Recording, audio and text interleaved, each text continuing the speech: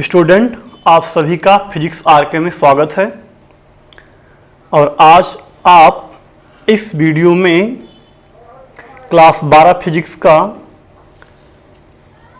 Chapter 1 विद्युत आवेश तथा क्षेत्र और गॉस का प्रमेय, इससे संबंधित 50 महत्वपूर्ण बहुविकल्पीय प्रश्नों को देखने वाले हैं। और ये वीडियो आपके एग्जाम और कॉम्पिटिटिव एग्जाम की दृष्टि से भी बहुत ही इंपॉर्टेंट है। तो चलिए शुरू करते हैं। क्वेश्चन नंबर 1 दिया आप लोगों को, धातु के आवेशित गोले के पृष्ठ से अंदर केंद्र की ओर जाने की प्रक्रिया में निम्नलिखित में से कौन सा कथन सत्य नहीं है। तो बच्चों ध्यान देना दिया, धातु के आवेशित गोले। अब आपको पता होगा, अगर हमारे पास कोई धातु का आवेशित गोला हो तो बच्चों गोले के अंदर जो इलेक्ट्रिक फील्ड होता है वो होता है 0। गोले के अंदर विद्युत क्षेत्र कैसा होता है? 0। और गोले के बाहर जो विद्युत क्षेत्र होता है वो होता है E बराबर coulomb constant K into Q अपान R स्क्वायर। यानी कि जो इलेक्ट्रिक फील्ड बच्चों वो दूरी के वर्ग के व्युत क्रमानुपाती है। इसका मतलब जैसे जैसे हम लोग इस गोले से दूर जाएंगे वैसे वैसे विद्युत क्षेत्र का मान घटता जाएगा। तो अब बच्चों देखो ऑप्शन क्या दिया बच्चों। पहला ऑप्शन दिया है विद्युत क्षेत्र निश्चित दर से घटता है, तो ये तो बच्चों गलत है।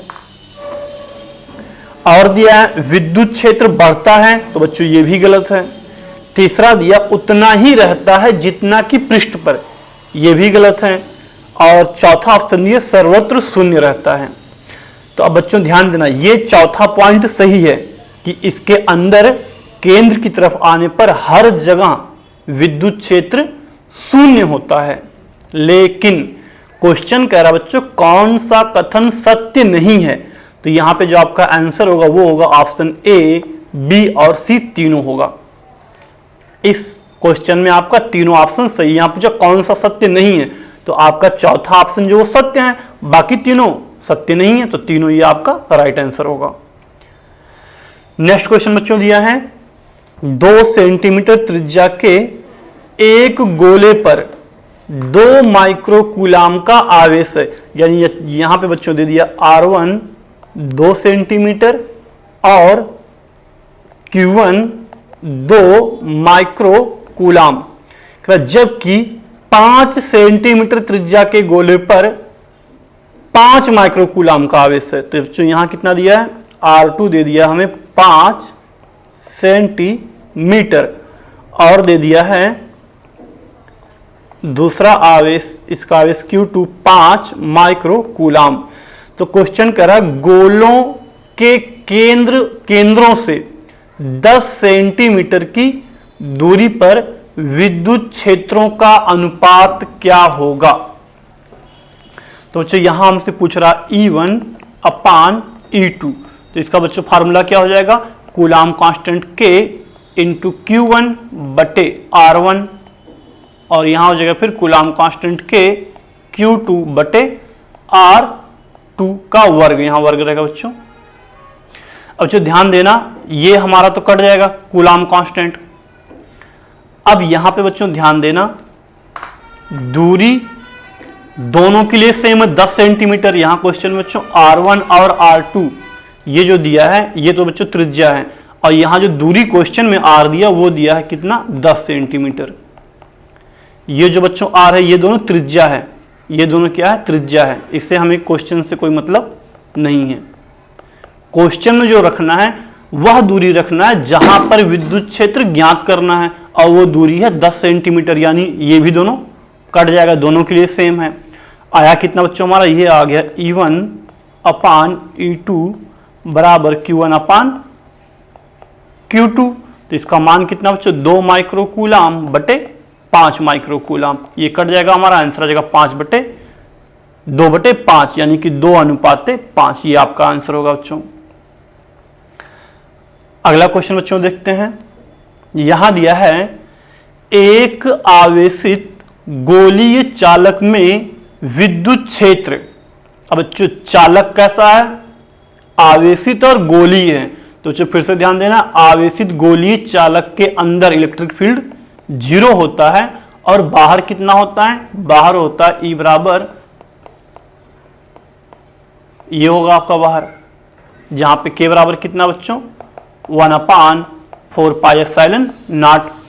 अब जो पहला ऑप्शन दिया है गोले के भीतर शून्य होता है या गोले के बाहर भी शून्य होता है, तो ये तो बच्चों गलत है, बाहर शून्य नहीं होता है। दूसरा ऑप्शन दिया बच्चों गोले के भीतर शून्य होता है तथा गोले के बाहर दूरी बढ़ने के साथ कम होता है। तो बच्चों ये कुछ कुछ सही लग रहा है, लेकिन आगे हम लोग ऑप्शन देते हैं जो गोले के भीतर शून्य होता है तथा गोले के बाहर दूरी के वर्ग के साथ कम होता है। तो बच्चों सबसे सही जवाब कौन है, ऑप्शन सी, क्योंकि यहां देखो वर्ग भी डिपेंड कर रहा दूरी के। तो यहां ये वाला भी गलत, ये वाला भी गलत, ऑप्शन सही कौन सा आपका सी वाला। चौथा क्यों गलत बच्चों, दिया गोले के भीतर अधिकतम होता है, जबकि हमें पता है गोले के भीतर शून्य होता है। नेक्स्ट क्वेश्चन बच्चों दिया है चित्र में विद्युत क्षेत्र की तीव्रता शून्य होगी बिंदु ए पर, बिंदु बी पर या बिंदु सी पर या दोनों पर। तो बच्चों ध्यान देना, यहां पर ये एक आवेशित समतल चादर है जिसका पृष्ठ इधर प्लस सिग्मा और इधर आपका माइनस सिग्मा है। तो बच्चों पॉइंट बी पे जो विद्युत क्षेत्र उत्पन्न होगा इस प्लस के कारण होगा इस साइड में, और माइनस वाला भी अपने साइड में लेगा। तो यहां पर दोनों का विद्युत क्षेत्र जुड़ेगा, तो जुड़ने पे तो 0 हो ही नहीं सकता है। लेकिन बच्चों ध्यान देना, यहां पॉइंट ए पे जो विद्युत क्षेत्र है वो प्लस के कारण होगा दूर की तरफ और माइनस के कारण होगा इस साइड में, माइनस वाले प्लेट की तरफ। अब चूंकि दोनों का ही परिमाण कितना होगा, सिग्मा अपान 2 एप्सिलॉन 0। किसी भी अनंत लंबाई के आवेशित समतल चालक या आचालक चादर के निकट, आचालक चादर के निकट विद्युत क्षेत्र की तीव्रता इतना होता है, जो कि दूरी पर निर्भर नहीं करता है। आप सूत्र में देख सकते हैं ये दूरी पर निर्भर नहीं करता है। तो इस प्लेट के कारण भी, प्लस वाले के कारण भी सेम इतना ही उत्पन्न होगा और माइनस वाले के कारण भी सेम इतना ही होगा, और दोनों का डायरेक्शन विपरीत है। तो बच्चों ये घट के आ जाएगा 0, और सेम ऐसे ही सी वाले पे भी डायरेक्शन विपरीत, प्लस वाले के कारण इधर होगा बच्चों और माइनस वाले का इस साइड में होगा। तो यहां भी दोनों 0 हो जाएगा। तो आपका आंसर होगा ए व सी दोनों पर। अगला क्वेश्चन दिया है एक घन के केंद्र पर आवेश Q स्थित है, इसके एक फलक से निर्गत विद्युत फ्लक्स। तो बच्चों घन का शेप, घन कैसा होता है बच्चों, घन एक बंद पृष्ठ है। घन का शेप बच्चों कैसा होगा, ये एक घन है और घन के अंदर आवेश रखा Q। तो बच्चों हमें पता है किसी भी बंद पृष्ठ से गुजरने वाला जो कुल फ्लक्स होता है फाई, वो उसके अंदर जितना भी आवेश हो उस आवेश का 1/एप्सिलॉन 0 गुना होता है। तो बच्चों ध्यान देना, ये तो हो गया पूरे घन से निकलने वाला फ्लक्स। अब बच्चों एक घन में 6 फलक होते हैं, तो एक फलक से कितना निकलेगा, 6 से भाग कर देंगे हम लोग बच्चों, इसमें जो Q अपान ये हो जाएगा आपका आंसर बच्चों, एक फ्लक्स से निर्गत विद्युत फ्लक्स। अगला क्वेश्चन दिया बच्चों, कोई विद्युत द्विध्रुव एक बंद पृष्ठ के अंदर रखा, यानी एक बंद पृष्ठ है, इसके अंदर बच्चों रखा एक विद्युत द्विध्रुव। तो पूछ रहा है बंद पृष्ठ से निकलने वाला कुल विद्युत फ्लक्स। तो बच्चों तुम लोग याद होगा बंद पृष्ठ पे जितना इधर आवेश प्लस में होगा, दूसरे किनारे पे उतना ही आवेश माइनस में होता है। और हमें पता है किसी बंद पृष्ठ से निकलने वाला जो कुल फ्लक्स होता है फाई, वो होता है Q अपान एप्सिलॉन नॉट। बच्चों यहाँ पे आवेश Q 0 है, Q बराबर 0, तो फ्लक्स भी कितना आ जाएगा हमारा 0। तो आपका राइट आंसर होगा ऑप्शन डी। अगला बच्चों क्वेश्चन दिया है अनंत लंबाई के एक समान आवेशित तार के कारण विद्युत क्षेत्र E है, इससे प्रेक्षण बिंदु की दूरी स्मॉल r पर निम्नलिखित में से किसके अनुसार विचरण करता है। तो बच्चों ध्यान देना, किसी अनंत लंबाई के ऋजुरेखीय तार के कारण जो उत्पन्न चुंबकीय क्षेत्र होता है बच्चों वो होता है, विद्युत क्षेत्र होता है 1/4πε0 2 λ/r होता है। और जहां पे लैम्डा आपका रेखीय आवेश घनत्व, तो यहां पे हम लोग देख के कह सकते हैं कि इलेक्ट्रिक फील्ड इंटेंसिटी E ये r⁻⁻1 के प्रोपोर्शनल है। तो यहां हमारा आंसर होगा ऑप्शन बी, दूरी के एक घात पे डिपेंड कर रहा है, वो भी -1 पे। अगला क्वेश्चन क्यों दिया है, एक आवेश Q त्रिज्या कैपिटल R के किसी गौसीय गोलीय पृष्ठ से परिबद्ध है। यानी यहां पे एक गोला है, यहां पे एक बच्चों गोला है क्वेश्चन में, और इसकी त्रिज्या दिया है R, इसकी त्रिज्या है R, और क्वेश्चन कह रहा है इसके अंदर आवेश रखा गया Q, इसके अंदर का आवेश है Q और इसकी त्रिज्या कैपिटल R। अब कह रहा है यदि हम त्रिज्या को 2 गुना कर दें तो बाहर की ओर जो फ्लक्स निकल रहा है वो कितना हो जाएगा। तो बच्चों ध्यान देना, किसी बंद पृष्ठ से गुजरने वाला जो फ्लक्स होता है फाई, वो डिपेंड करता है पृष्ठ के अंदर आवेश कितना है। तो बच्चों क्या त्रिज्या को 2 गुना कर देने पे या n गुना कर देने पे अंदर का जो आवेश Q क्या वो बदल जाएगा? बिल्कुल नहीं, आवेश तो तब भी उतना ही रहेगा। तो जब बच्चों आवेश ही उतना रहेगा तो फ्लक्स भी हमारा सेम वही रहेगा, बदलेगा नहीं। तो हमारा ऑप्शन बच्चों सही होगा वो ऑप्शन सी, वही रहेगा जितना पहले था। अगला क्वेश्चन बच्चों दिया है, L मीटर भुजा की एक वर्गाकार सतह पेपर के समतल में किसी एक समान विद्युत क्षेत्र में रखा है। विद्युत क्षेत्र की तीव्रता E वोल्ट प्रति मीटर में है और यह उसी समतल के दिशा में वर्ग की क्षैतिज भुजा से थीटा कोण पर कार्य करता है, जैसा कि चित्र में दिखाया गया है। तो पूछ रहा है इससे निर्गत फ्लक्स। तो बच्चों चित्र में ध्यान देना, ये जितनी बल रेखाएं हैं ये बल रेखाएं पृष्ठ से गुजर ही नहीं रही हैं। और ऐसे भी देखा जाए बच्चों, हम लोग जब किसी पृष्ठ से निकलने फ्लक्स निकालते हैं तो फ्लक्स फाई बराबर कितना होता है, फार्मूला ये होता है E A cos थीटा। तो बच्चों ध्यान देना, यहां पे जो थीटा होता है ये इस तल के अक्ष यानी जो अक्ष इस पे होगा लंबवत तल के अक्ष और विद्युत क्षेत्र के बीच बनाया गया कोण होता है। तो यहां ध्यान देना, ये जो तल का अक्ष होगा ये होगा आपके पृष्ठ के लंबवत, और ये विद्युत क्षेत्र से बनाएगा कोण कितना, थीटा 90 अंश बच्चों बनाएगा। और अगर थीटा 90 तो cos 90 अंश का मान 0, यानी यहां फ्लक्स जो आएगा बच्चों वो 0 होगा।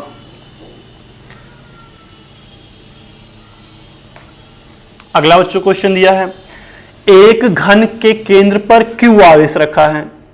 घन बच्चों बंद पृष्ठ है, इसके अंदर आवेश रखा Q, तो इसके किसी एक फ्लक्स से निकलने वाला विद्युत फ्लक्स, तो चलो पता है एक फ्लक्स से निकलने वाला फ्लक्स कितना होगा, ये होगा Q/6ε0। अभी पिछले क्वेश्चन में आप लोगों ने इसे हल किया है, लेकिन बच्चों इस क्वेश्चन में यहां ऑप्शन ही ये नहीं दिया है।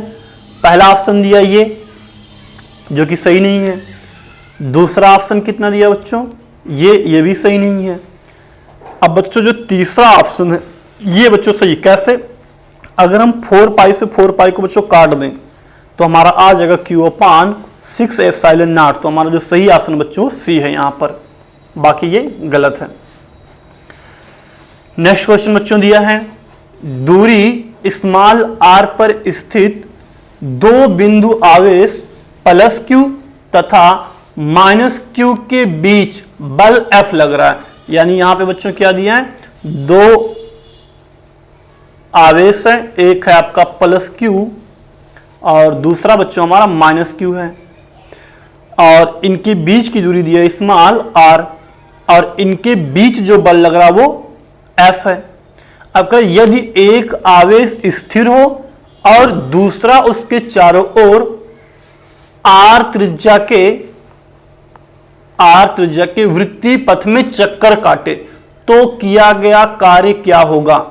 अब बच्चों यहां ध्यान देना, अगर मान लेते हैं बीच में हमारा एक आवेश है यहां पर, और दूसरा आवेश जो बच्चों है वो इस वृत्त के परिधि पर कहीं भी, यहां मान लेते हैं यहां पर है किसी समय,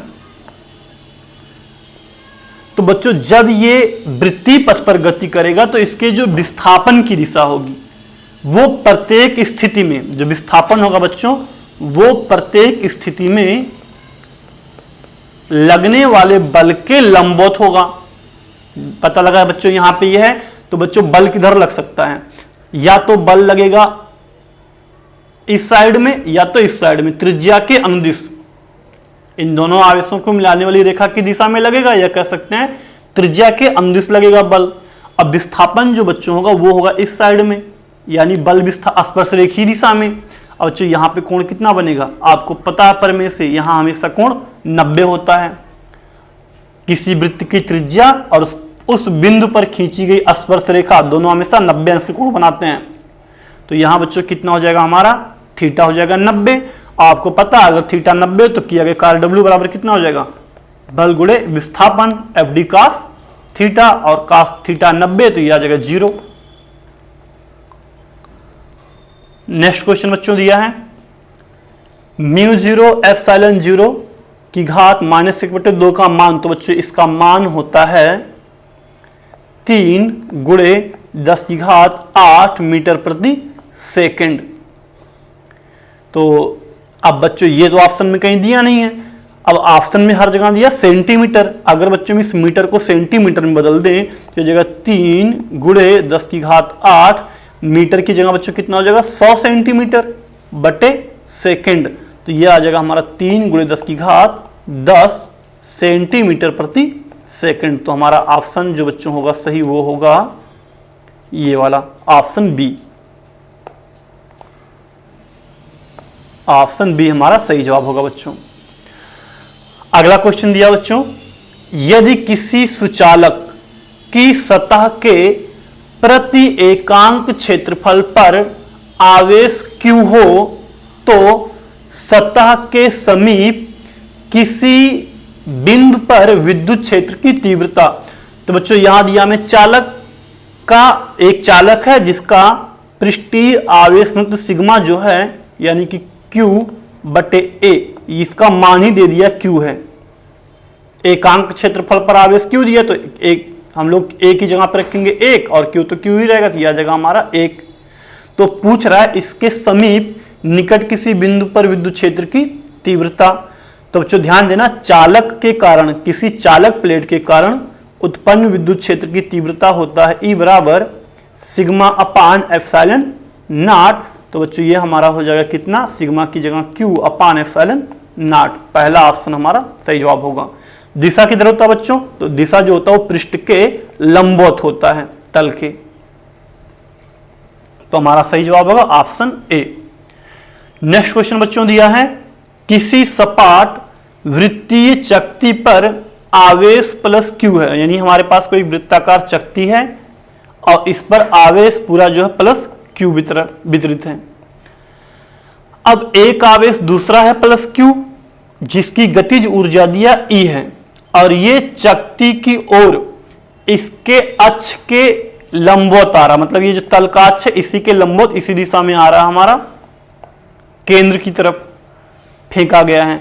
तो पूछ रहा है, पहला ऑप्शन दिया क्या चकती के केंद्र से यह आवेश टकरा जाएगा, यहां आ रहा, क्या ये आगे जाते जाते टकरा जाएगा, ये पूछ रहा है। और अगला ऑप्शन दिया है क्या चकती को छूकर अपने मार्ग पर वापस आ जाएगा, मतलब जाए टकराए और टकरा के वापस चला जाए। कह रहा है दूसरा ऑप्शन दिया फिर चकती को बिना छुए वापस मार्ग पर मुड़ जाए, मतलब कुछ दूर आ गया है फिर वापस लौट जाए। तो बच्चों यहां ध्यान देना, जब तक हमें यह ना पता हो कि इस आवेश के अंदर गतिज ऊर्जा कितनी है तब तक हम ये बता ही नहीं सकते कि आवेश आगे जाएगा कि आधे रास्ते से ही लौट जाएगा। अगर हो सकता है इसके अंदर गति ऊर्जा बहुत ज्यादा हो बच्चों, तो अगर ज्यादा ऊर्जा हो तो ये जाके केंद्र से टकरा जाएगा, क्योंकि यहां पर भी आवेश है और इस पर भी आवेश है। तो ऐसे में बच्चों दोनों पे ही प्लस आवेश है तो क्या होगा, प्रतिकर्षण, इन दोनों में होगा प्रतिकर्षण। और जब ये आवेश निकट आएगा तो ये वाला प्रतिकर्षण बल लगा के ढकेलेगा चकती, क्योंकि चकती पे हर जगह आवेश क्या है, प्लस आवेश है, प्रतिकर्षण होगा। लेकिन बच्चों अगर इसके पास गतिज ऊर्जा बहुत अधिक हो तो ये आवेश आके इसके केंद्र से टकरा सकता है, तो बच्चों ये भी संभव है।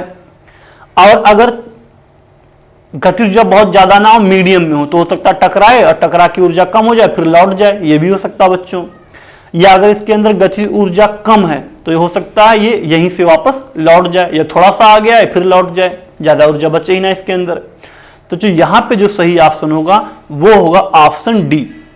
ऑप्शन डी क्यों? क्योंकि यहां दिया है उपयुक्त तीनों अवस्थाओं में से कोई भी एक संभव है, वो डिपेंड करता ई के मान पर, जो कि सही जवाब है।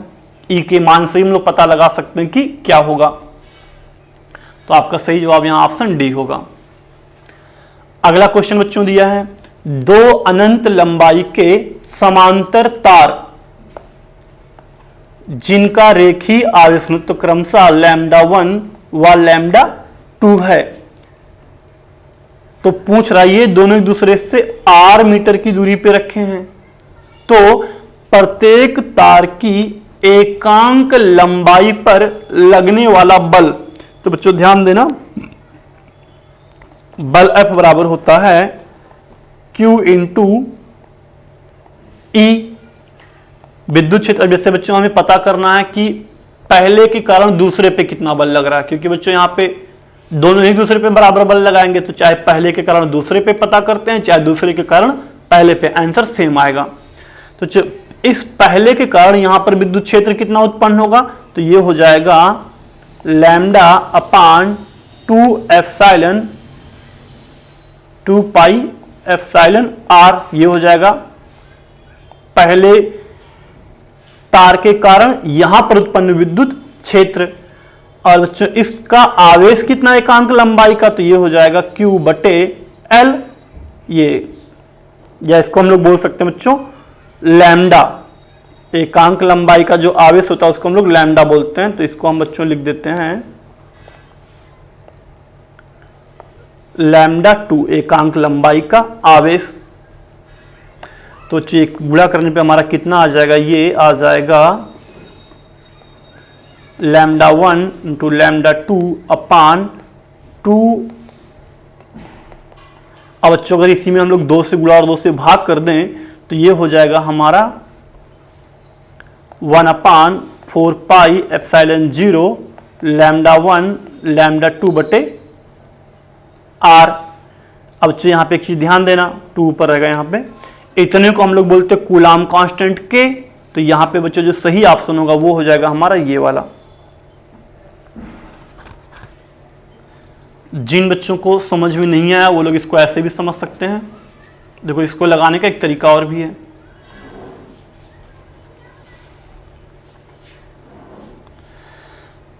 अब बच्चों हमें पता कि 2 तार है क्वेश्चन में, यहां 2 तार है,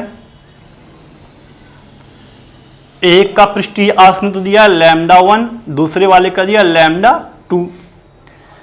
अब बच्चों होगा क्या, इन दोनों पर ही आवेश है तो बल तो लगेगा जरूर।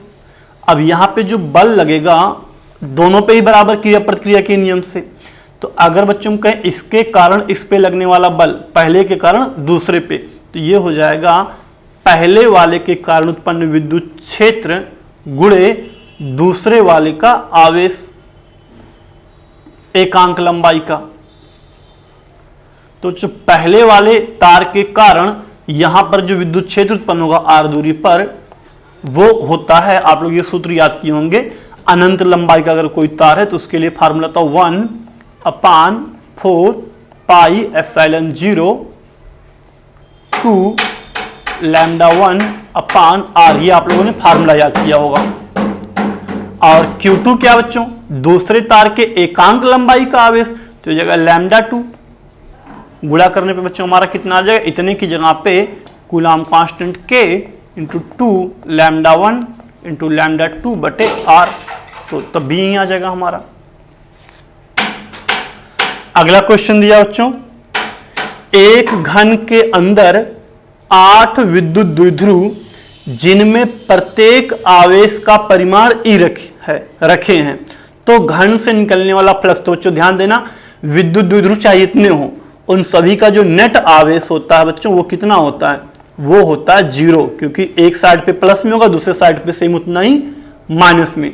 तो हम लोग जब बच्चों फ्लक्स निकालेंगे तो हमारा कितना हो जाएगा, Q/ε0। अब चूंकि बंद पृष्ठ के अंदर आवेश 0 है तो फ्लक्स भी कितना हो जाएगा हमारा 0। तो यह होगा हमारा राइट आंसर। अगला क्वेश्चन दिया बच्चों, एक विद्युत द्विध्रुव जिसका द्विध्रुव आघूर्ण P है को विद्युत क्षेत्र की दिशा से 180 अंश घुमाने में किया गया कार्य। तो बच्चों इसका फार्मूला होता है W बराबर P(E)(1 - cos थीटा। तो बच्चों यहाँ पे थीटा कितना 180 अंश, तो हो जाएगा 1 - cos 180। और इसका मान बच्चों कितना होता है, ये होता है वैल्यू -1, तो हो जाएगा +1। इसका मान जो होता है बच्चों वो कितना होता है -1, तो यहाँ आ जाएगा हमारा 2PE। तो ये हो जाएगा हमारा आंसर ऑप्शन सी। अगला क्वेश्चन बच्चों दिया है, चित्र में विद्युत क्षेत्र रेखाएं दर्शाई गई हैं जिनमें एक विद्युत द्विध्रुव वेक्टर P चित्र के अनुसार दर्शाया गया है, तो निम्नलिखित में कौन सा कथन सत्य होगा। पहला दिया बच्चों, द्विध्रुव किसी बल का अनुभव नहीं करेगा। दूसरा दिया, द्विध्रुव दाईं ओर बल का अनुभव करेगा। ऑप्शन सी दिया, बाईं ओर बल का अनुभव करेगा। और ऑप्शन डी दिया, ऊपर की ओर बल का अनुभव करेगा। तो बच्चों ध्यान देना, चित्र में यहां जो दिया गया है बल रेखाएं इधर फैल रही हैं, जिससे स्पष्ट ये हो रहा है कि इस साइड में दाईं तरफ जो विद्युत क्षेत्र, इधर कैसा है विद्युत क्षेत्र, कम। दाईं तरफ जो विद्युत क्षेत्र होगा बच्चों, इलेक्ट्रिक फील्ड, ये इधर होगा कम। और चूंकि यहां पे सघन है, इस एरिया में बच्चों क्या विद्युत क्षेत्र बल रेखाएं सघन, बहुत पास पास हैं, तो इस साइड में जो इलेक्ट्रिक फील्ड होगा वो होगा बच्चों अधिक। ये होगा हमारा इधर अधिक। तो अब बच्चों ध्यान देना, विद्युत क्षेत्र क्या करेगा, इस आवेश पर भी बल लगाएगा और इस प्लस वाले पर भी बल लगाएगा। लेकिन क्योंकि इस माइनस वाले के पास जो बल लगेगा वो होगा ज्यादा, क्योंकि यहां पे विद्युत क्षेत्र ज्यादा है, तो इस पे जो बल लगेगा वो अधिक होगा। और इस पे जो बल लगेगा वो कम होगा। इस साइड में इधर बल अधिक लगेगा और इधर बल कम लगेगा। तो बच्चों ध्यान देना, विद्युत क्षेत्र माइनस आवेश को खींचेगा अपनी तरफ इस साइड में, और प्लस वाले को ढकेलेगा दूर की तरफ। अब चूंकि बच्चों जो इस माइनस साइड की तरफ जो बल लग रहा है वो ज्यादा है, तो हमारा जो सही जवाब होगा वो होगा द्विध्रुव बाईं की ओर बल का अनुभव करेगा, क्योंकि बाईं तरफ जो बल लग रहा है वो ज्यादा है। ये ध्यान देना चाहिए, ये दाईं तरफ है हमारा, ये और ये वाला हमारा बाईं तरफ है, और इसी तरफ बल ज्यादा लग रहा है हमारा। इस तरफ जो बल लग रहा है बच्चों वो ज्यादा लग रहा है हमारा।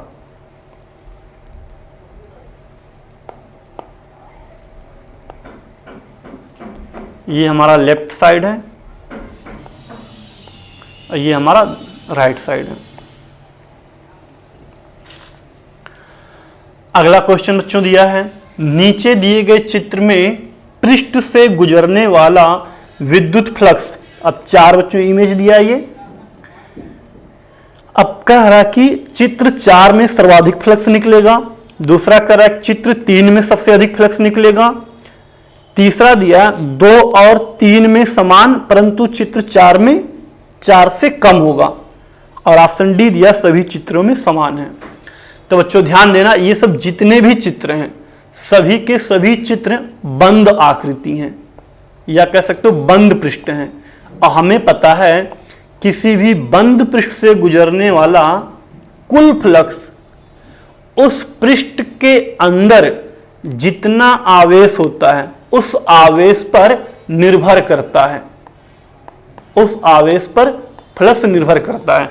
तो चारों ही आकृति में आवेश सेम है, तो बच्चों इन चारों ही आकृतियों में जो फ्लक्स निकलेगा वो भी क्या होगा, सेम होगा। तो आपका राइट आंसर होगा ऑप्शन डी।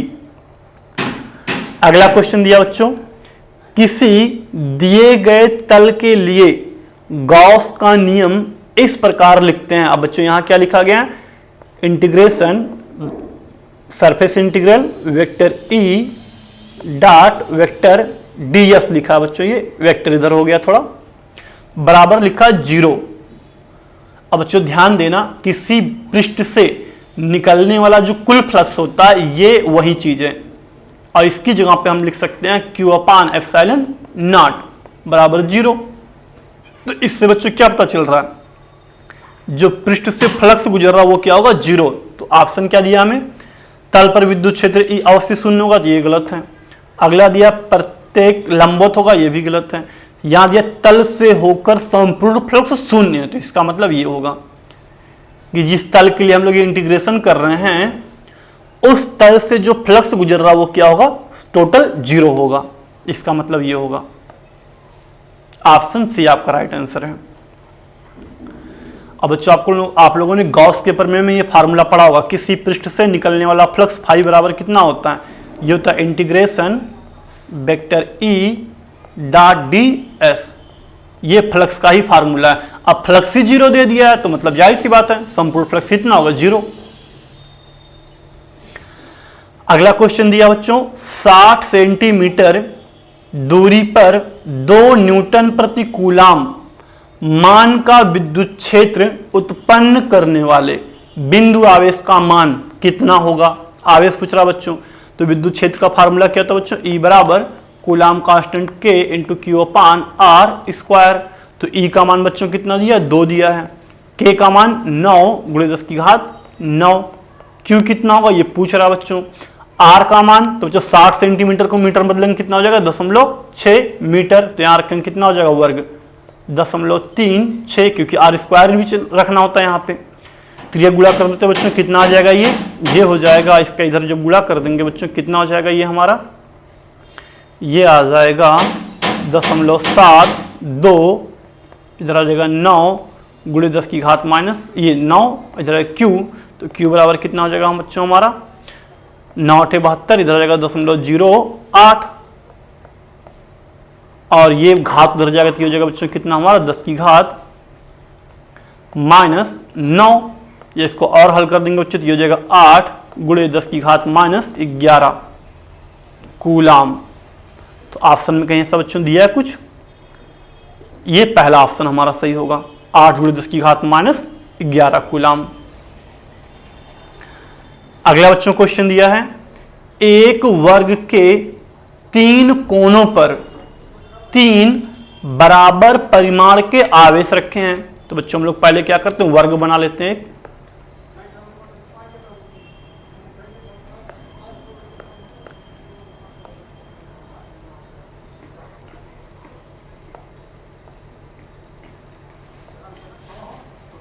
अब यहां क्वेश्चन में कह रहा है वर्ग के तीनों कोनों पर बराबर परिमाण के आवेश रखे हैं। तो हम लोग 3 कोना बच्चों मान लेते हैं। ये हो गया बच्चों कोना, ये पहला हो गया जिस पर आवेश Q रखा है, ये दूसरा इस पर भी आवेश Q, और ये तीसरा इस पर भी आवेश Q, क्योंकि तीनों पे ही समान आवेश है। तो ये हो गया हमारा 1, ये हो गया 2, और ये हो गया बच्चों हमारा 3, तीसरा कोना। अब बच्चों कह रहा है Q1 और Q2 के मध्य बल F12 लग रहा है। तो बच्चों यहां पे जो बल लगेगा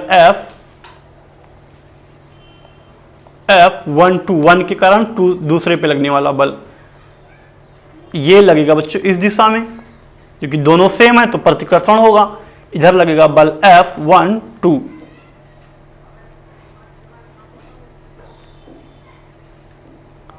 तो और 1 और 3 के बीच लगने वाला बल, तो वो बच्चों इधर इस साइड में लगेगा 1 और 3 के बीच। तो इन दोनों का अनुपात क्या होगा बच्चों पूछ रहे हैं। तो पहले अगर हम बात करें पहले और दूसरे आवेश के बीच लगने वाला बल, तो बच्चों ये हो जाएगा 1/4 πε0 Q, दूसरा भी आवेश Q, दोनों आवेश सेम है तो ये भी हो जाएगा Q बटे दूरी। तो बच्चों हम लोग मान लेते हैं इस वर्ग की जो भुजा वो A है, तो दूरी कितना होगा, चारों भुजा का यहाँ A हो जाएगा। तो दूरी बच्चों हो जाएगा हमारा A स्क्वायर। सेम ऐसे बच्चों पहले के कारण तीसरे पे लगने वाला बल, तो ये हो जाएगा 1, ये F13 हो जाएगा कितना 1/4πε0, पहला आवेश Q गुणे दूसरा आवेश बटे दूरी। तो बच्चों ध्यान देना वर्ग में, अब यहाँ इस पहले के कारण इस तीसरे पे जो लगने वाला बल होगा वहां दूरी कितना आएगा बच्चों हमारा, तो ये दूरी हो जाएगा यहां से यहां तक का √2 × a। पाइथागोरस प्रमेय लगा के आप लोग निकाल सकते हैं इस दूरी को। किसी भी वर्ग में जो विकर्ण होता है बच्चों वो √2 × भुजा होता है, तो यहाँ पे हमारा ये आ जाएगा। तो क्योंकि सूत्र में दूरी का वर्ग है तो यहाँ जब बच्चों रखेंगे तो ये हो जाएगा हमारा 2a² हो जाएगा। अब बच्चों हमसे क्या पूछा था, F12 और F13 का अनुपात, तो बच्चों ये सब तो रेशियो में कट जाएगा, ये भी कट जाएगा, ये भी पूरा कट जाएगा। आएगा कितना बच्चों हमारा a² से a² भी कट जाएगा, ऊपर आएगा 1 और नीचे आएगा हमारा 1/2, तो 2 चला जाएगा ऊपर। ये बच्चों हमारा आ जाएगा 2:1 आंसर। तो यहाँ पे बच्चों हमारा राइट आंसर होगा ऑप्शन बी 2:1। अगला क्वेश्चन दिया बच्चों, दो समान गोले जिन पर आवेश +q व -q है कुछ दूरी पर रखे हैं, उनके बीच F बल कार्य करता है यदि दोनों गोलों के बीच एक समान आवेश +q का कोई गोला रख दिया जाए तो उस गोले पर लगने वाले बल का मान व दिशा क्या होगा। तो बच्चों यहां क्वेश्चन में करा कि दो आवेश हैं, एक +q एक -q, तो हम लोग पहले दिखा लेते हैं इसी को। ये हो गया हमारा बच्चों एक आवेश इधर +q, दूसरा आवेश बच्चों हमारा हो गया इधर -q। अब इन दोनों आवेशों के बीच की दूरी हम लोग मान लेते हैं बच्चों r है।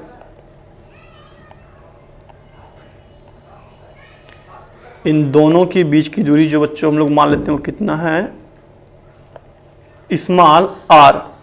अब इनके बीच में करा हम लोग एक आवेश रख दे रहे हैं कितना +q बीच में एकदम, तो यहां पे हम लोगों ने एक आवेश रख दिया बच्चों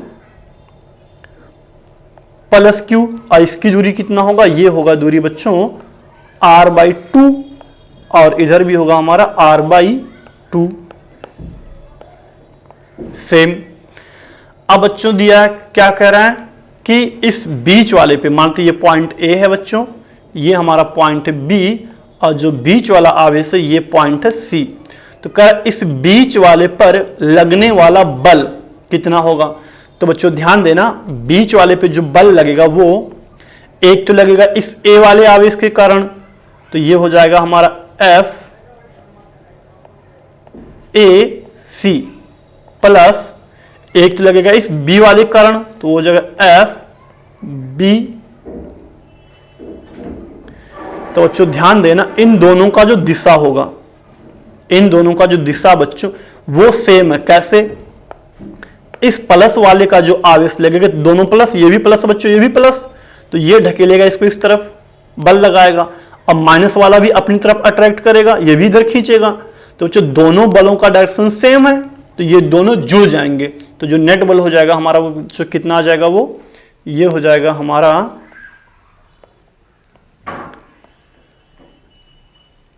F का मान बच्चों कूलाम कांस्टेंट के, पहला आवेश वो भी Q है बच्चों, दूसरा आवेश वो भी Q है बटे दूरी r/2 का स्क्वायर, फिर प्लस अब माइनस वाले के कारण इस पे लगने वाला बल, तो बच्चों वहां कूलाम कांस्टेंट के, फिर पहला आवेश Q दूसरा आवेश भी Q बटे दूरी, तो दूरी यहां भी बच्चों r/2 का स्क्वायर।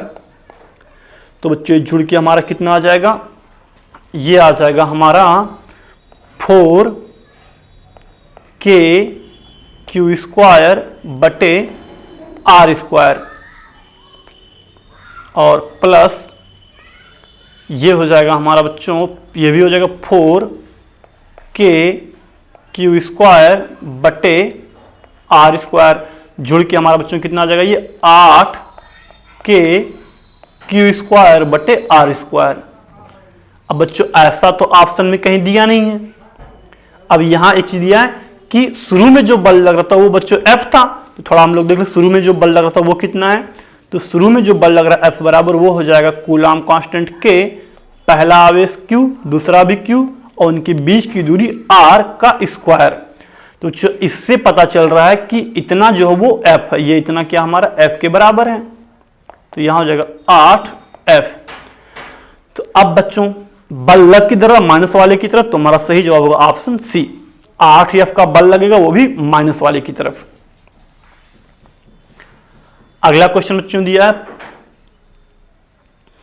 5 गेंदें क्रमांक 1 से 5 अलग धागों का उपयोग करते हुए लटकाई गई हैं। यानी बच्चों यहां पे 5 गेंद हैं, 1 2 3 4 5 गेंद बच्चों हैं ये। अब क्वेश्चन कह रहा है कि 1 और 2 इन दोनों के बीच, और 2 4, 2 और 4 के बीच में, और 4 और 1 के बीच में आकर्षण बल लग रहा है। तो गेंद क्रमांक 1 होना चाहिए। तो बच्चों ध्यान देना, आकर्षण बल कब लग सकता है? या तो दोनों आवेश, दो वस्तुओं पर विपरीत प्रकार के आवेश हो, या एक उदासीन हो और एक आवेशित हो। तो बच्चों यहां जो ऑप्शन है देखो बहुत, इसमें देखिए बच्चों सोचने के लिए बहुत सारा कंडीशन बनेगा। अब हर अगर कंडीशन को हम लोग यहाँ पे सोच के अगर इसको सॉल्व करेंगे तो बच्चों टाइम बहुत ज्यादा लग जाएगा। तो मैं आपको आंसर बता देता हूं, ऑप्शन जो ए होगा बच्चों वो उदासीन होगा। अब इसको आप आराम से सोच सकते हैं। अब यहां क्वेश्चन क्या कर रहा है? क्वेश्चन कर रहा है 1 और 2 के बीच आकर्षण लग रहा है। तो बच्चों एक उदासीन हो गया, दूसरा वाला हो गया आवेशित, तो दोनों के बीच आकर्षण संभव है, लगेगा। और 2 और 4 के बीच लग रहा है, तो बच्चों 2 वाला जो है ये है आपका आवेशित। ये कैसा है? आवेशित। अब हो सकता है ये दोनों पे विपरीत प्रकार का आवेश हो तब भी आकर्षण लग सकता है। और चूंकि बच्चों ये उदासीन है तो इस पे चाहे जो आवेश हो, चाहे प्लस, यहां पे चाहे प्लस हो, चाहे यहां पे माइनस हो, या यहां पे माइनस हो चाहे इधर प्लस हो, हर कंडीशन में जो ए वाला आवेश है वो दूसरे और चौथे दोनों से ही आकर्षित होगा। अगर बच्चों यहां पे देखो कह रहा कि जो क्वेश्चन क्या कर रहा है कि जो ए वाला गोला है वो 2 से भी आकर्षित हो रहा है और 4 से भी आकर्षित हो रहा है। बच्चों अब सोचो, अगर 2 ही कंडीशन हो सकता है, या तो इन दोनों पर दूसरे और चौथे वाले पे जो आवेश है वो पॉइंट ए पे जो आवेश है उसका विपरीत हो। तो बच्चों ध्यान देना, अगर पॉइंट ए पर 1 पर जैसा भी आवेश है, अगर उसका अपोजिट आवेश इन दोनों पर होगा तो 2 और 4 के बीच प्रतिकर्षण होगा। लेकिन क्वेश्चन में कहा कि 2 और 4 के बीच आकर्षण हो रहा है, मतलब ये दोनों भी विपरीत प्रकार के हैं। तो ऐसा बच्चों तभी अब संभव हो सकता है जब ये क्या उदासीन हो, पहला वाला। तो हमारा राइट आंसर ऑप्शन बी होगा। अगला बच्चों क्वेश्चन दिया है 2 छोटी गोलाकार गेंदें जिनमें प्रत्येक पर आवेश 10 माइक्रोकूलाम है, 1 मीटर समान लंबाई के 2 कुचालक धागों की सहायता से किसी भीतरी छत पर एक बिंदु से लटकाई जाती हैं। तो देखा जाता है कि साम्यावस्था में ये धागे एक दूसरे से 60 अंश के कोण पर पृथक हो जाते हैं। तो प्रत्येक धागे में तनाव। तो बच्चों यहां क्वेश्चन दिया है, ये हो गया एक दीवार, ये मानते कोई छत है, दृढ़ आधार किसी चीज का। अब इससे बच्चों लटकाया गया 2 धागों को, एक मानते यहां आ गया प्रतिकर्षण के कारण, एक इधर आ गया। अब बच्चों यहां पर भी एक आवेश लगा है, यहां पर भी एक कुछ आवेश है। एक गेंद ये हो गया, एक गेंद ये, 2 गेंदें हैं।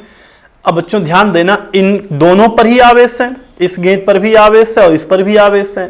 तो प्रतिकर्षण के कारण जो बल लगेगा बच्चों वो लगेगा इस पे दूर की तरफ, इधर कहीं बल लगेगा F, और धागे में जो तनाव बल लगेगा T वो लगेगा इस साइड में। अब बच्चों यहां पे बीच का कोण दिया 60 अंश।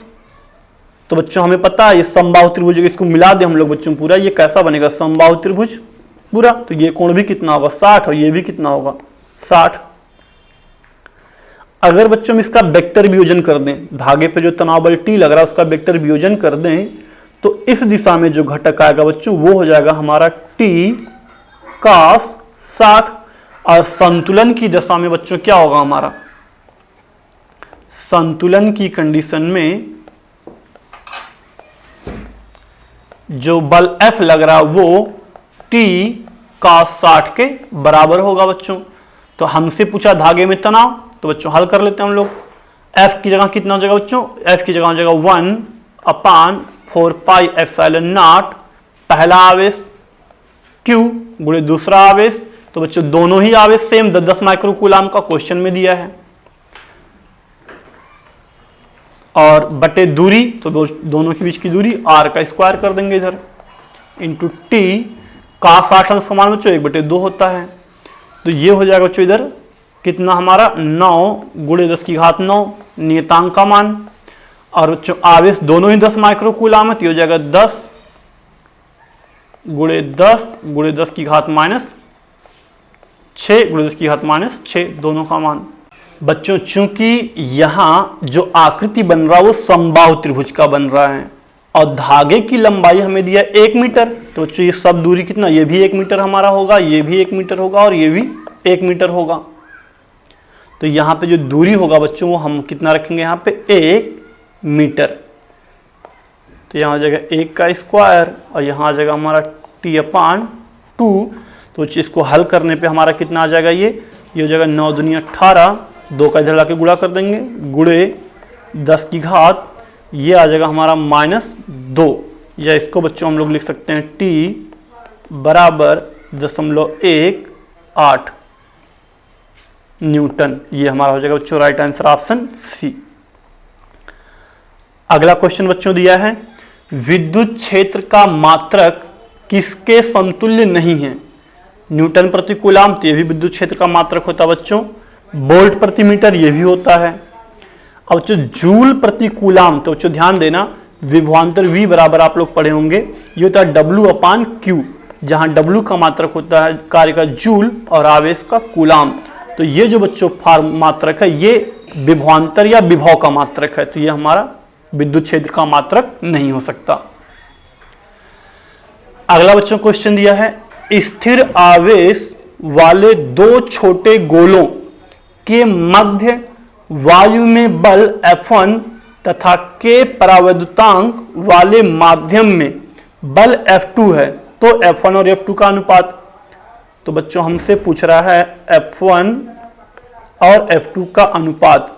F1 क्या बच्चों, वायु में लगने वाला बल है, तो वायु में लगने वाला बल ये जो कूलाम कांस्टेंट K इंटू पहला आवेश गुणे दूसरा आवेश बटे दोनों के बीच की दूरी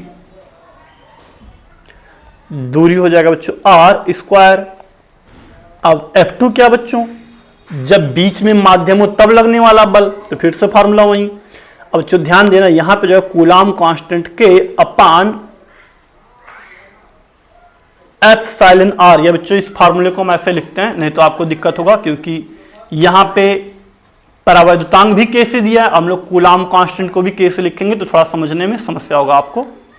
इसको बच्चों हम ऐसे लिखते हैं, ये हो जाएगा हमारा 1/4 पाई एप्सिलॉन नॉट, वायु के लिए ये पहला आवेश गुणे दूसरा आवेश बटे R स्क्वायर, और जब बीच में माध्यम हो तब जो बच्चों फार्मूला बन जाएगा ये हो जाएगा हमारा 1/4 pi epsilon not into K। अब यहां पे जो बच्चों K वो है परावैद्युतांक, और इंटू पहला आवेश गुणे दूसरा आवेश बटे उनके बीच की दूरी का वर्ग, क्योंकि हम लोग आवेश और दूरी नहीं बदल रहे हैं, सिर्फ वायु की जगह पे हम लोग बीच में एक माध्यम रख दे रहे हैं। तो बाकी ये सब तो बच्चों सेम होगा, जो कि कट जाएगा हमारा, बचेगा कितना इधर बचेगा 1, और यहां बचेगा हमारा K जो कि चला जाएगा बच्चों ऊपर, तो हमारा आ जाएगा बच्चों K/1। तो अब इसमें अनुपात F1 और F2 के बीच पूछा था, तो ये हमारा बच्चों हो जाएगा K/1। Option D is the right answer. Option D आपका बच्चों सही जवाब होगा। अगला क्वेश्चन दिया बच्चों, दो बिंदु आवेश हवा में r दूरी पर रखने पर एक दूसरे पर कैपिटल F बल लगाते हैं तथा कैपिटल K परावैद्युतांक के माध्यम में r दूरी पर रखने पर वे उतना ही बल लगाते हैं, तो कैपिटल R का मान। तो बच्चों यहां क्वेश्चन कह रहा है जब दोनों आवेश वायु में रखे हैं तब जो बल लग रहा वो, और जब दोनों आवेश माध्यम में रखे हैं तब जो बल लग रहा वो दोनों आपस में बराबर है, ये दिया क्वेश्चन में। तो बच्चों जब बीच में वायु होगा तब लगने वाला बल हमारा कितना हो जाएगा बच्चों, ये हो जाएगा 1/4 पाई एप्सिलॉन 0 इंटू पहला आवेश Q1 गुणे दूसरा आवेश बटे इनके बीच की दूरी स्मॉल r दिया है इस कंडीशन में। यहां देखो बच्चों स्मॉल r दिया है तो इसका स्क्वायर हो जाएगा, और जब बीच में माध्यम बच्चों तब बल कितना, तो ये हो जाएगा हमारा 1/4 पाई एप्सिलॉन 0 इंटू परावैद्युतांक K। अब यहां पहला आवेश गुणे दूसरा आवेश बटे दूरी, तो अब जो बच्चों दूरी है वो दिया कैपिटल R, जब माध्यम है तो कैपिटल R का स्क्वायर हो जाएगा बच्चों। अब ये तो कट जाएगा दोनों, Q1 Q2 भी कट जाएगा बच्चों। कितना आ गया हमारा, हल करने पे आ गया R स्क्वायर बराबर K इंटू कैपिटल R का स्क्वायर। तो हमसे पूछ रहा बच्चों कैपिटल R का मान, तो कैपिटल R बराबर हो जाएगा हमारा R स्क्वायर बटे K, या वर्गमूल लेने पे आ जाएगा R बराबर R बटे अंडर रूट में K। तो राइट आंसर हमारा बच्चों कौन होगा, ये होगा ऑप्शन बी, R बटे अंडर रूट K। अगला बच्चों क्वेश्चन दिया है, ड्यूट्रॉन तथा अल्फा कण वायु में 1 एंगस्ट्रॉम की दूरी पर हैं, तो ड्यूट्रॉन के कारण अल्फा कण पर कार्य करने वाले विद्युत क्षेत्र की तीव्रता का परिमाण, यानी ड्यूट्रॉन के बच्चों विद्युत क्षेत्र की तीव्रता पूछ रहा, बहुत ही आसान है। E बराबर बच्चों हो जाएगा कूलाम कांस्टेंट के Q/R स्क्वायर, तो बच्चों ये हो जाएगा 9 गुणे 10⁹ और आवेश बच्चों तो ड्यूट्रॉन पे आवेश होता है 1.6 गुणे 10⁻19 कूलाम का, 1 इलेक्ट्रॉन के बराबर आवेश होता है, और दूरी बच्चों दिया 1 एंगस्ट्रॉम की हो जाएगा 10⁻20 वर्ग करने पर। तो ये हमारा बच्चों कितना आ जाएगा, ये आ जाएगा 16×9=144, तो 14.4 गुणे ये आ जाएगा बच्चों 10⁹9, और इसको हल करने पे ऊपर जब ले जाएंगे तो आ जाएगा 10⁻1। तो ये बच्चों हमारा कितना आ जाएगा 1.44 गुणे 10⁻11 हो जाएगा। एक घात इसका जुड़ जाएगा, 0.1 अंक हम लोग आगे जब लाएंगे यहाँ पे तो एक घात इसमें और बढ़ जाएगा, ये हो जाएगा हमारा आंसर। तो सही जवाब बच्चों ये हो जाएगा ऑप्शन बी, 1.44 गुणे 10⁻11 न्यूटन प्रति कूलाम। अगला क्वेश्चन दिया बच्चों, भुजा ए वाले एक समबाहु त्रिभुज ABC के शीर्ष A व B पर समान आवेश रखे हैं, बिंदु C पर विद्युत क्षेत्र की तीव्रता का परिमाण। तो बच्चों ध्यान देना, समबाहु त्रिभुज है, क्वेश्चन में कह रहा है एक समबाहु त्रिभुज है। अब यहां पर बच्चों मान लेते हैं हम लोग आवेश रखा है Q, यहां भी रखा Q, तो इन दोनों के कारण ये बिंदु A, ये B और ये बिंदु C मान लेते हैं बच्चों हमारा। तो इन दोनों के कारण इस पॉइंट C पर विद्युत क्षेत्र पूछ रहा है बच्चों। अब भुजा इसका दिया A, तो ये वाला भी A, ये और ये भी A होगा। तो बच्चों अब ध्यान देना, यहां पे जो विद्युत क्षेत्र आएगा A वाले के कारण जो होगा वो इस साइड में आएगा बच्चों हमारा EA, और इसके कारण जो विद्युत क्षेत्र होगा B के कारण वो जाएगा इस साइड में EB, और दोनों के बीच में जो बच्चों कोण बनेगा वो बनेगा 60 अंश। तो इन दोनों को बच्चों में जोड़ना पड़ेगा तब जाके हमारा आएगा नेट विद्युत क्षेत्र। तो बच्चों हम लोग क्या करते हैं, पहले EA और EB का मान निकाल लेते हैं। तो हमारा EA बच्चों हो जाएगा कूलाम कांस्टेंट के आवेश Q अपान दूरी, तो दूरी हमारा बच्चों A है, स्क्वायर हो जाएगा। और बच्चों EB जो आ जाएगा, B के कारण विद्युत क्षेत्र, तो वो भी आ जाएगा कूलाम कांस्टेंट के, आवेश भी सेम बच्चों, दूरी भी सेम है, तो ये भी आ जाएगा सेम, दोनों इक्वल होगा। तो अब बच्चों इन दोनों को जब जोड़ेंगे तो आ जाएगा नेट इलेक्ट्रिक फील्ड E बराबर अंडर रूट में EA का स्क्वायर प्लस EB का square plus 2 EA EB into cos theta. दो सदिशों को जोड़ने का बच्चों ये फार्मूला हमारा होता है, ये आप लोगों ने ऐसे याद किया होगा, R बराबर अंडर रूट में A square plus B square plus 2 AB cos theta. आप लोगों ने बच्चों ये याद किया होगा फार्मूला। तो इसी के आधार पे अब यहां हो जाएगा बच्चों हमारा कितना, EA का स्क्वायर, EA और EB बच्चों दोनों बराबर हैं, तो हम इसकी जगह भी लिख सकते हैं EA का स्क्वायर प्लस 2, यहां भी बच्चों सेम रख सकते हैं, तो यह आ जाएगा EA का स्क्वायर इंटू कास 60। अब जो कास 60 अंश का मान 1/2 होता है और ये 2 कट जाएगा हमारा, और ये बच्चों हमारा जुड़ के आ जाएगा पूरा 3EA का स्क्वायर। अब ये वर्गमूल से बाहर निकल जाएगा EA, और अंडर रूट में यहां बचेगा बच्चों हमारा 3, अंडर रूट में हमारा बच जाएगा 3। मान रख देते हैं बच्चों, तो हमारा कितना आ जाएगा EA का मान, ये हो जाएगा कूलाम कांस्टेंट के Q upon A square into under root 3।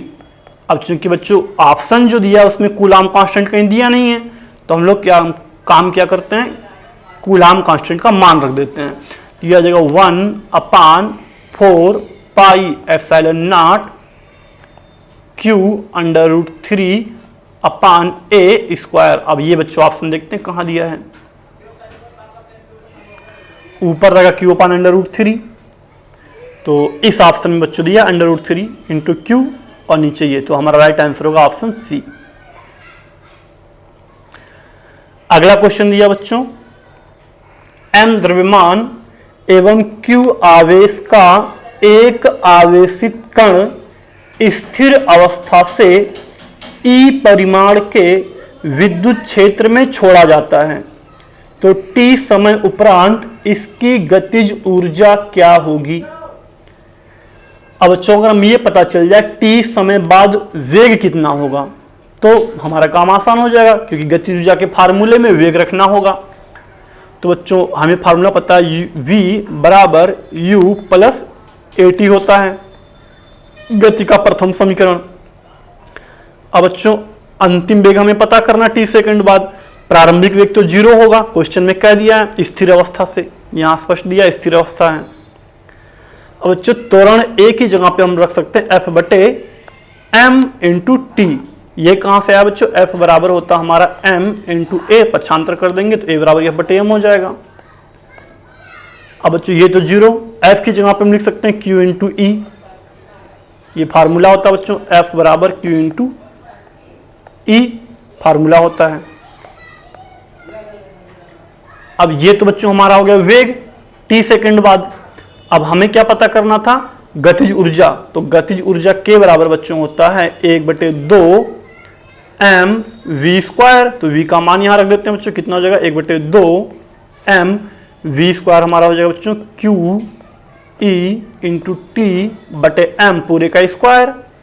तो ये हमारा हल करने बच्चों के कितना आ जाएगा 1/2 Q square E square T square बटे m, ये आ जाएगा हमारा गतिज ऊर्जा। कहां दिया बच्चों ऑप्शन में, ये यहां दिया है option B, E square Q square T square बटे 2m, ये हमारा राइट आंसर होगा बच्चों।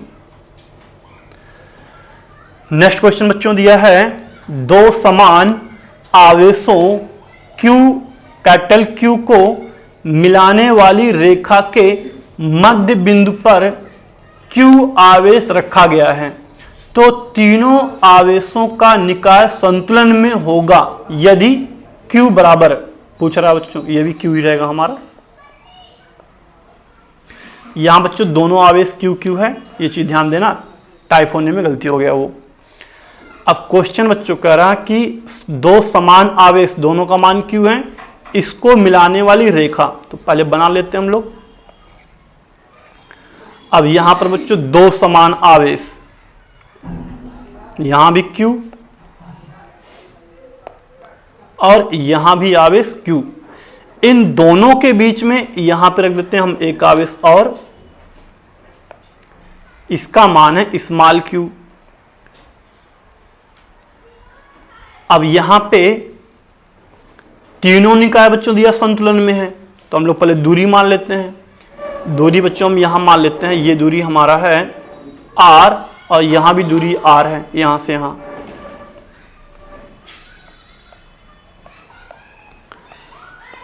क्योंकि मध्य बिंदु पे दूरी दोनों तरफ सेम होगा।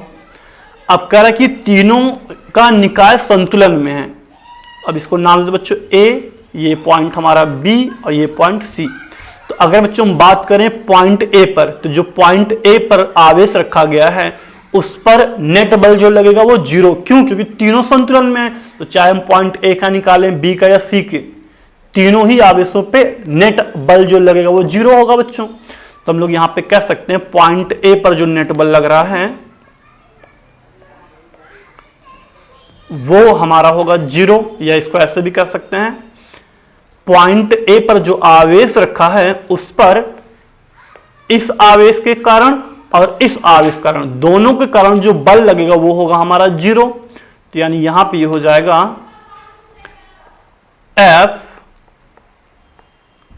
F BA ये बल और F CA, C के कारण A पे लगने वाला बल, ये टोटल होगा हमारा 0 संतुलन के कंडीशन में।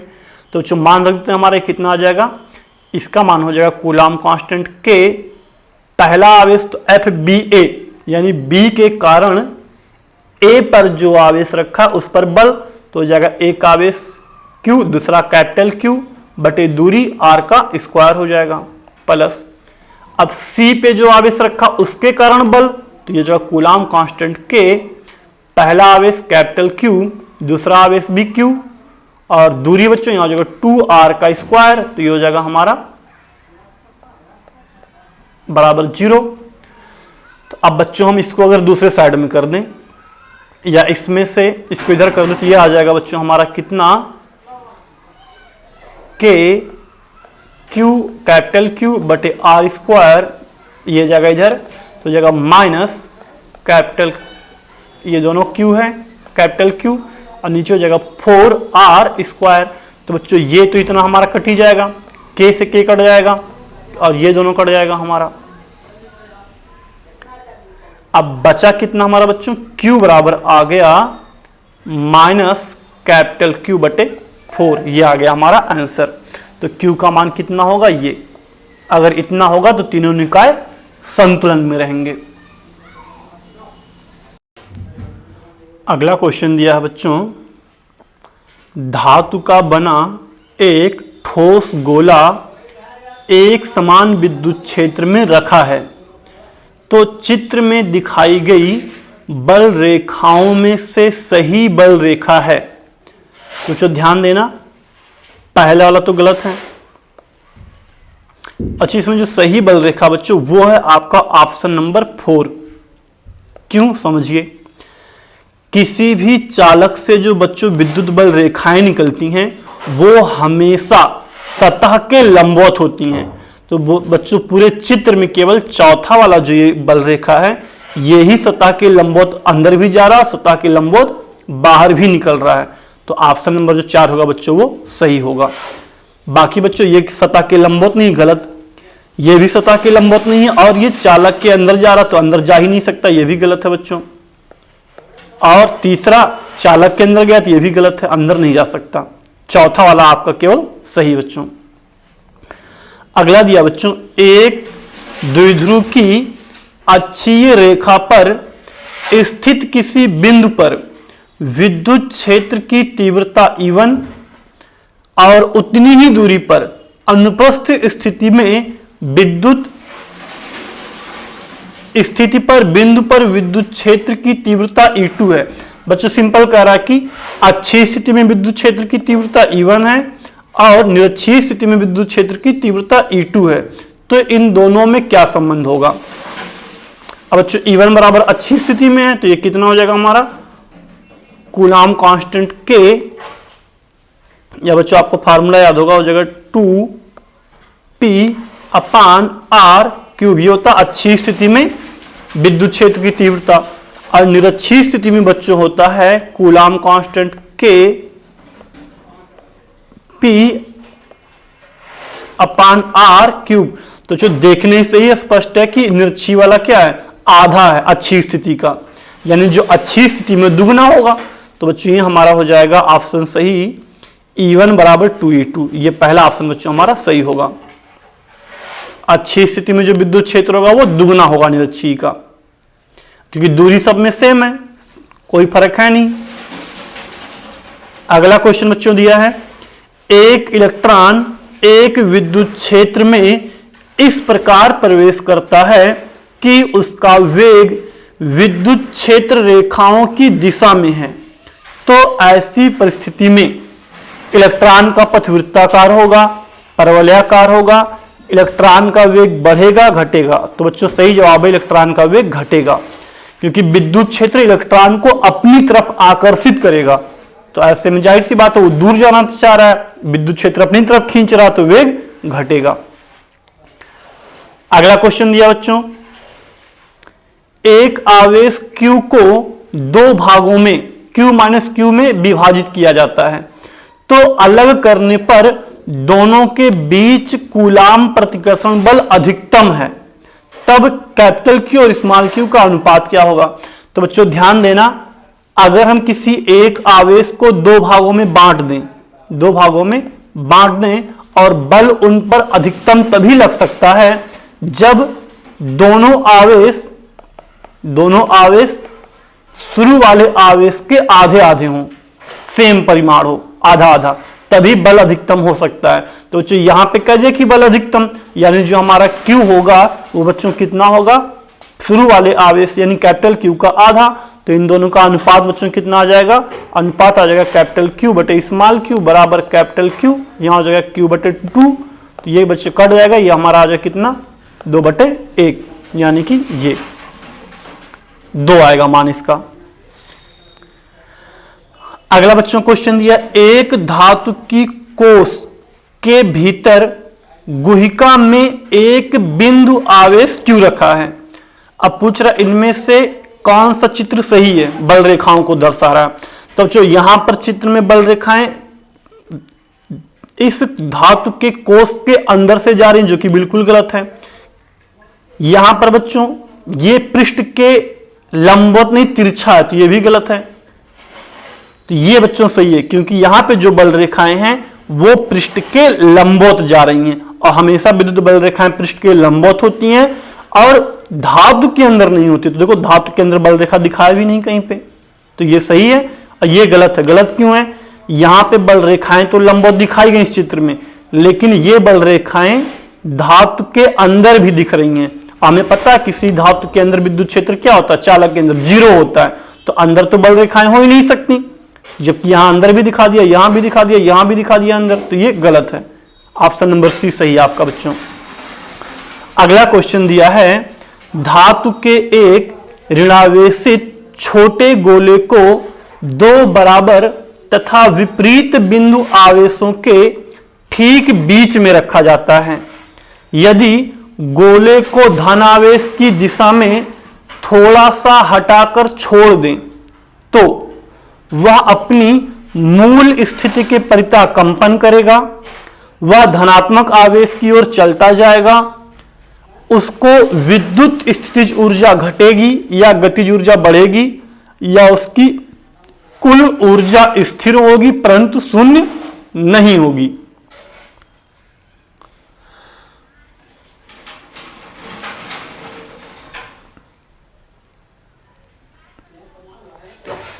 अब तो यहां क्वेश्चन क्या दिया है, दिया है धातु के एक ऋण आवेशित छोटे गोले को दो बराबर तथा विपरीत बिंदु आवेशों के ठीक बीच में रखा जा रहा है। अब यानी एक आवेश बच्चों अगर प्लस क्यू है तो दूसरा क्या आपका माइनस क्यू, दोनों का परिमाण बराबर परंतु दोनों विपरीत आवेश हैं। अब इनके बीच में यह आवेश रखा जा रहा है, छोटे गोले को। यदि गोले को धन आवेश की दिशा में थोड़ा सा छोड़ दें, धन आवेश की दिशा में थोड़ा सा छोड़ दें,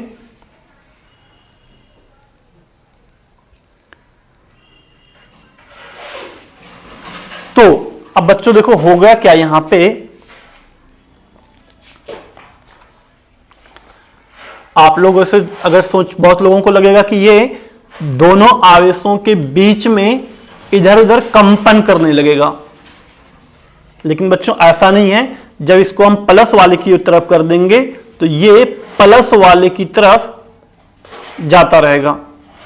क्यों जाता रहेगा? अब देखो बच्चों एक चीज यहां छूट गया है, ये देखो बच्चों ऋण आवेशित है, ये ऋण आवेशित है तो ये ऋण वाला ढकेलेगा इसकी तरफ और ये भी अपनी तरफ खींचेगा, तो जाहिर सी बात है इसी तरफ आएगा बच्चों ये।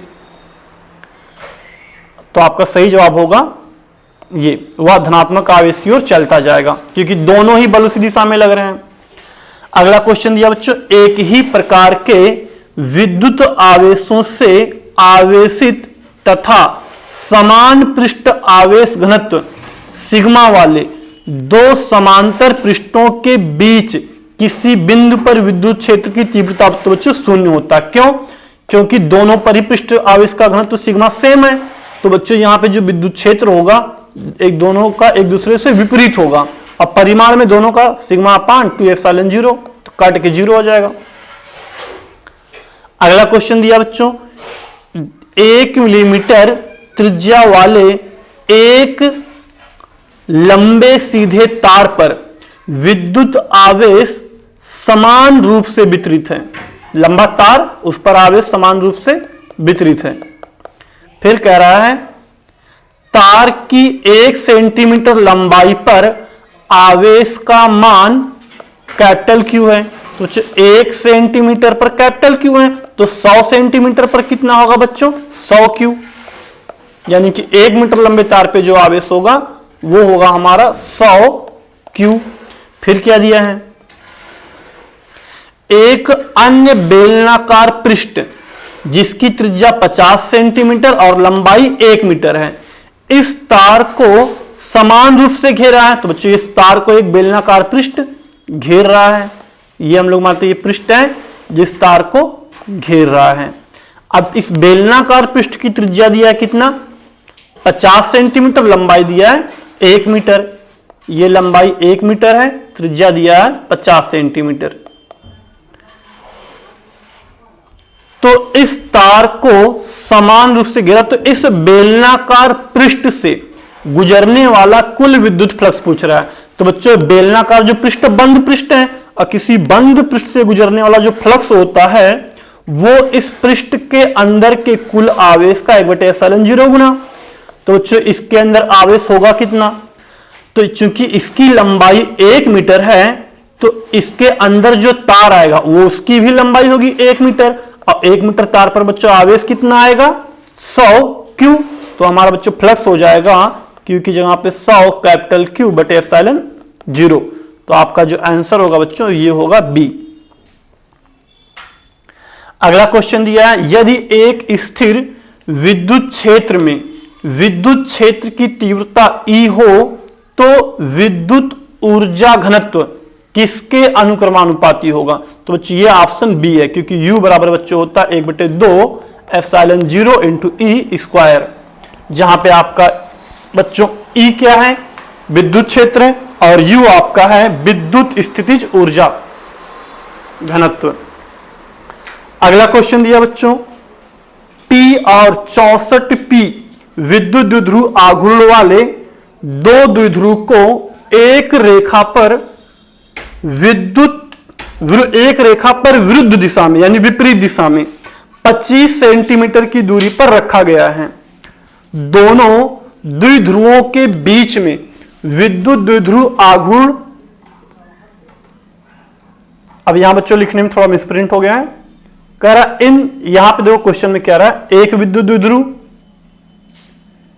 इसका द्विध्रुव आघूर्ण P है और एक दूसरा विद्युत द्विध्रुव आघूर्ण जिसका 64 P है। तो इन दोनों की बीच की दूरी दिया 25 सेंटीमीटर। तो पूछ रहा है इनको मिलाने वाली रेखा के किस बिंदु पर परिणामी विद्युत क्षेत्र शून्य होगा। ये बस क्वेश्चन बच्चों पूछ रहा है, कहां पर विद्युत क्षेत्र की तीव्रता शून्य होगा। तो बच्चों मान लेते हैं यहां पर जो विद्युत क्षेत्र है वो शून्य है और इसकी दूरी इससे मान लेते हम लोग x है। यहां x दूरी पे कोई एक बिंदु है C जहां पर हमें विद्युत क्षेत्र 0 मिल रहा है। तो अगर ये दूरी बच्चों x होगा तो ये दूरी कितना होगा हमारा 25 माइनस x ये होगा। तो अगर यहां पे नेट विद्युत क्षेत्र 0 है तो इसका मतलब यहां पर इन दोनों के कारण जो विद्युत क्षेत्र होगा वो परिमाण में समान होगा और दिशा में विपरीत। तो दिशा तो विपरीत है ही, एक का इस साइड में एक का इस साइड में, तो परिमाण भी सेम होगा तभी विद्युत क्षेत्र 0 आ सकता है। तो विद्युत क्षेत्र 0 की कंडीशन में पहले विद्युत द्विध्रुव कारण विद्युत क्षेत्र और दूसरे वाले कारण उत्पन्न विद्युत क्षेत्र दोनों बराबर। तो ये हो जाएगा बच्चों कूलाम कांस्टेंट के 2p1 बटे दूरी हो जाएगा हमारा बच्चों कितना r1 का क्यूब और इधर हो जाएगा कूलाम कांस्टेंट के 2p2 और दूरी इधर हो जाएगा बच्चों r2 का क्यूब। तो ये तो बच्चों कट जाएगा हमारा दोनों। अब p1 का मान बच्चों p है और दूरी कितना x, ये हो जाएगा x क्यूब और इधर बच्चों हमारा p2 का मान है 64p और दूरी r2 का मान बच्चों 25 माइनस x पूरे का क्यूब। तो अब बच्चों हम लोग जब दोनों साइड का ये तो बच्चों p से p कट गया, घनमूल ले लेंगे तो यह आ जाएगा हमारा 1/x बराबर यह आ जाएगा हमारा बच्चों 4 और इधर आ जाएगा हमारा 25 माइनस x। तो यह गुणा कर देते हैं तो ये बच्चों हमारा कितना आ जाएगा 25 माइनस x बराबर 4x। ये इधर आ जाएगा हमारा बच्चों हल करने, जाएगा 5x बराबर 25। तो x बराबर हमारा बच्चों कितना आ जाएगा, ये आ जाएगा 5 सेंटीमीटर। यानी 5 सेंटीमीटर की दूरी पर इस पहले वाले से 5 सेंटीमीटर की दूरी पर विद्युत क्षेत्र हमारा शून्य होगा। तो आंसर होगा ऑप्शन सी। अगला क्वेश्चन दिया बच्चों, एक समान विद्युत क्षेत्र में द्विध्रुव पर आरोपित बल युग्म का आघूर्ण अधिकतम होता है जबकि द्विध्रुव को अक्ष तथा क्षेत्र की दिशा के बीच का कोण, तो बच्चों जब बीच का कोण होता है थीटा 90 अंश, उस समय आपका द्विध्रुव आघूर्ण सबसे अधिकतम होता है। कैसे? फार्मूला होता है पी साइन थीटा आघूर्ण का। अगर बच्चों थीटा 90 अंश होगा तो सबसे अधिकतम आएगा 1। तो यहां पे आपका ऑप्शन बी सही है आपका। अगला क्वेश्चन बच्चों दिया है, एक विद्युत द्विध्रुव जिसका आघूर्ण P है को एक विद्युत क्षेत्र E में क्षेत्र से थीटा कोण पर घुमाने में किया गया कार्य। तो बच्चों ये तो फार्मूला ही दे दिया, ये आपका होगा घुमाने में किया गया कार्य। अगला बच्चों, एक विद्युत द्विध्रुव एक समान विद्युत क्षेत्र में इस प्रकार रखा है कि अक्ष क्षेत्र की दिशा के समांतर है तो द्विध्रुव पर, अब बच्चों यहां पे दे दिया हमारा थीटा क्या है 0। तो बच्चों जब थीटा 0 है तो बल भी हमारा क्या होगा 0 और द्विध्रुव आघूर्ण भी 0 लगेगा। ये ऑप्शन सही होगा। कैसे समझिए इसको। अब कह रहा बच्चों एक विद्युत द्विध्रुव एक समान विद्युत क्षेत्र में रखा है। अब बच्चों हम मान लें अगर यहां पे हमारा ये विद्युत क्षेत्र है एक समान और इसके अंदर रखा हमारा ये विद्युत द्विध्रुव आघूर्ण, एक तरफ आवेश होगा प्लस एक तरफ माइनस। अब चूंकि विद्युत क्षेत्र हर जगह समान है तो यहां पर भी सेम बल लगेगा और इस पे भी सेम उतना ही बल, लेकिन दोनों पर जो बल लगेगा वो विपरीत दिशा में। तो नेट बल तो 0 ही आना है, परिमाण में सेम दिशा विपरीत। और थीटा 0 है तो बल युग्म का आघूर्ण टाउ भी कितना आएगा बच्चों, वो भी 0 आएगा। कैसे? पी साइन थीटा से, थीटा 0 तो साइन 0 का मान 0 हो जाएगा बच्चों। अगला क्वेश्चन दिया है, किसी असमान विद्युत क्षेत्र में विद्युत क्षेत्र से 30 अंश का कोण बनाता एक विद्युत द्विध्रुव रखा है तो द्विध्रुव अनुभव करेगा। अब बच्चों असमान विद्युत क्षेत्र मतलब बल अलग अलग लगेगा तो जीरो होने का कोई चांस इसमें है नहीं। अब थीटा बच्चों 30 अंश तो बल आघूर्ण भी जीरो नहीं होगा, यानी बच्चों इस कंडीशन में दोनों लगेगा, बल आघूर्ण भी लगेगा और बल भी लगेगा। तो ऑप्शन बी आपका बच्चों राइट आंसर है। तो बच्चों आज का हम लोग टॉपिक यहीं पे समाप्त करते हैं। अब अगला टॉपिक बच्चों नेक्स्ट क्लास में